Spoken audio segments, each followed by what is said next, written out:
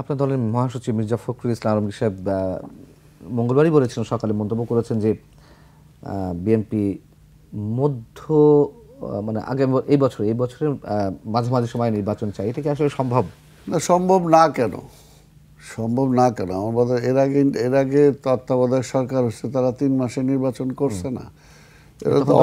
প্রশ্ন ওঠেনি, এখন তো সংস্কারের প্রশ্ন। না, কি সংস্কার করুক না কেন? কিন্তু এই যে 4 মাস তো হয়ে গেল, অলরেডি 5 মাসে পড়ে গেল, কি সংস্কার করছেন ওনারা?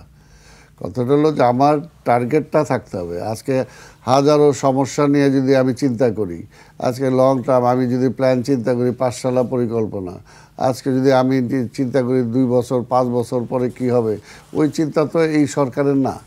এখন যদি তারা ওই চিন্তা করে যদি কাজ আগায় আর রাষ্ট্রীয় সকল সমস্যার সমাধানের দায়িত্ব যদি ওনারা নিয়ে নেয়, সেটা তো ওনাদের পক্ষে সম্ভব না।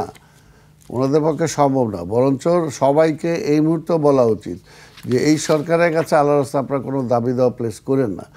এই দাবি দেওয়া নির্বাচিত সরকার আসুক, নির্বাচিত সরকারের কাছে প্লেস করবেন। এই সরকারের দায়িত্ব হলো যে বিগত ফ্যাসিবাদ তারা মানে ডেমোক্রেটিক গভর্নমেন্ট যাতে না আসতে পারে এবং ডেমোক্রেটিক গভর্নমেন্ট যাতে ক্ষতিগ্রস্ত হয়, সেটার জন্য যে সমস্ত সংশোধনী তারা সংবিধানে আনছে, সেই সমস্ত দ্রুত সেগুলোকে বাতিল করে, এবং যেগুলো আজকে কালো টাকার মালিক, আজকে ব্যাংকগুলো লুট হয়ে গেছে, আজকে দেখতেছি আমরা এখনও লুটেরা যারা, ডাকাত যারা, তাদেরকে বরঞ্চ বহাল তবিয়তে রাখা হচ্ছে, আর আপনি চোর চাচর নিয়ে দৌড়াদৌড়ি করতেছেন। আজকে তো ভারতের কাছে জানতে চাওয়া উচিত যে আপনি আমার সাধারণ একটা ফেলানিকে সে সীমান্ত কি করছে, অবৈধভাবে গেছে, এর জন্য তাকে মারছেন, মাইরে আবার তার কাটা ঝুলাই রাখছেন।